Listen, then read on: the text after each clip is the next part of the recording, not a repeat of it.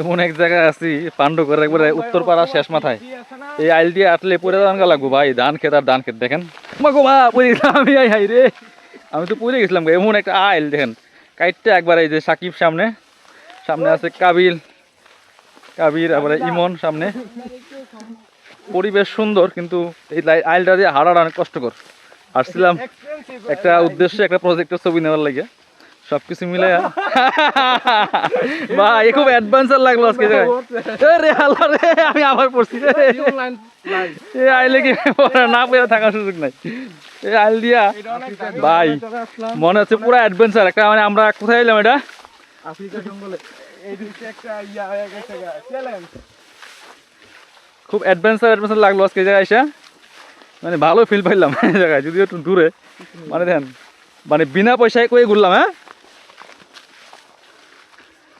এই দেখেন পিছনের পরিবেশ, এই যে হলো রাব্বি আছে পিছনে, সামনে পরে দেখা মনে, সামনে আগে যাই। ওরে আল্লাহ রে, যাক এটা হচ্ছে ইরি ক্ষেতের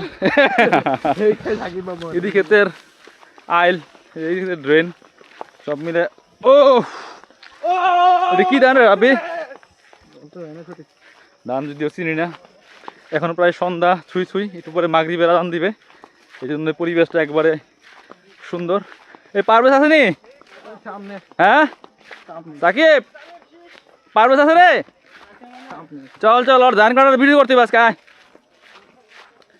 ওদিকে পারভেজ ধান কাটতেছে। ও ধানটা পেকে গেছে না, ধান পাকা ধান।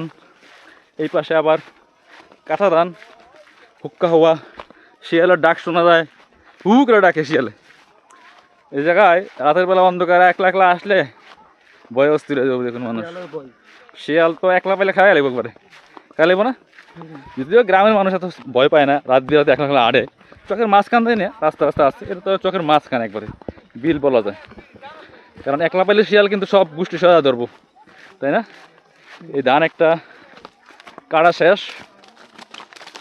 খুব সুন্দর লাগলো আজকে, এই অ্যাডভেঞ্চার পাইলাম আমরা খুব।